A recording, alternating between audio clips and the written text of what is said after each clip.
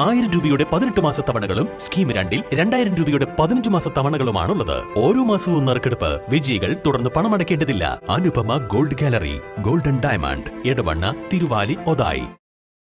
നിലമ്പൂർ പന്തീരായിരം വനമേഖലയിലെ കാട്ടുതീ അണയ്ക്കാൻ 3-ാം ദിവസവും ശ്രമം തുടരുന്നു. Akampadam deputy range officer VK മോസിന്റെ നേതൃത്വത്തിലാണ് ഇന്ന് രാവിലെ മുതൽ തീ അണയ്ക്കാനുള്ള ശ്രമം ആരംഭിച്ചത്.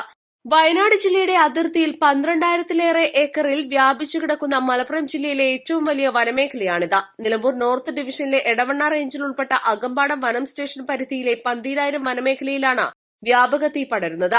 വനമേഖലയിൽ കാട്ടുതീ പടരുന്ന വാർത്ത ഈസ്റ്റ് ലൈവാണ് കഴിഞ്ഞ ദിവസം ദൃശ്യങ്ങൾ സഹിതം പുറത്തുവിട്ടത്. ഏകദേശം 50 ഏക്കറിലേറെ ഭാഗത്തെ അടിക്കാടുകളും സസ്യജാലങ്ങളും കാട്ടുതീയിൽ കത്തിയമരുമ്പോഴും തീ അണയ്ക്കാനാവാതെ പ്രയാസപ്പെടുകയാണ് വനം വകുപ്പ്.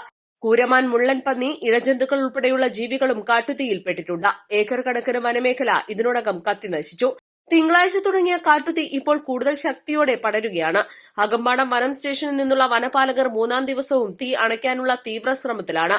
ഇടതൂർന്ന അടിക്കാടുകളായതിനാൽ വളരെ പെട്ടെന്നാണ് കൂടുതൽ ഭാഗങ്ങളിലേക്ക് തീ പടരുന്നത്. അഗ്നിരക്ഷാ സേനയ്ക്കുൾപ്പെടെ ഇങ്ങോട്ട് എത്താൻ കഴിയുന്നില്ല. അതിനാൽ തന്നെ തീ അണയ്ക്കുക ഏറെ പ്രയാസമാകും.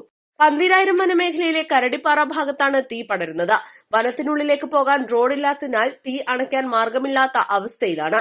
ഏക്കർ കണക്കിന് വനസമ്പത്ത് കാട്ടുതീയിൽ കത്തിയമരുമ്പോൾ നോക്കി നിൽക്കേണ്ട അവസ്ഥയാണ് നിലവിലുള്ളത്.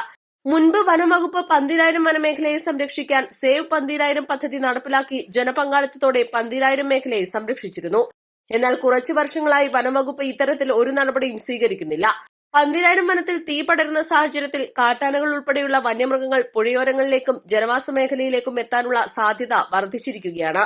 തീ കെടുത്താനൊന്നും കൈവശമില്ലാത്ത അവസ്ഥയിലാണ് വനപാലകർ. കിലോമീറ്ററുകളോളം വനത്തിലൂടെ കാൽനടയായി വേണം വനപാലകർക്കെത്താൻ. 3 ദിവസമായി തീ അണയ്ക്കാൻ ശ്രമിക്കുന്ന വനപാലകരും ഏറെ ക്ഷീണിതരാണ്. ഇന്ന് സഹായത്തിനായി ചാലിയാർ പഞ്ചായത്തിലെ പാലക്കയം ആദിവാസി കോളനിയിലെ FC ക്ലബ് അംഗങ്ങളും സ്ഥലത്തെത്തി വനപാലകർക്കൊപ്പം തീ അണയ്ക്കാൻ ചേർന്നിട്ടുണ്ട്. East live, Nilambur.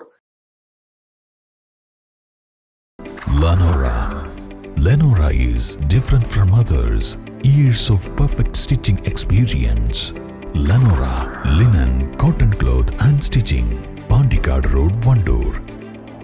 ഏവർക്കും ലെനോറയുടെ ചെറിയ പെരുന്നാൾ ആശംസകൾ.